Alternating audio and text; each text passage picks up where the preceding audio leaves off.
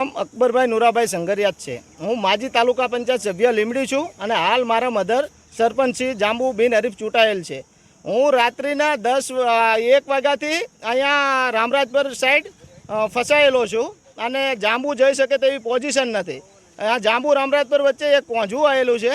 એ કોંઝવાથી નથી માણા હાલીને જઈ શકતું કે નથી ગાડી જઈ શકતી એવી પરિસ્થિતિ છે। અમારી ઉપર ધોળી ધજા ડેમ અને નાયકા ડેમ આવેલો છે। નાયકા ડેમનું પાણી ઉપરથી છોડતા ધોળી ધજામાં આવે છે।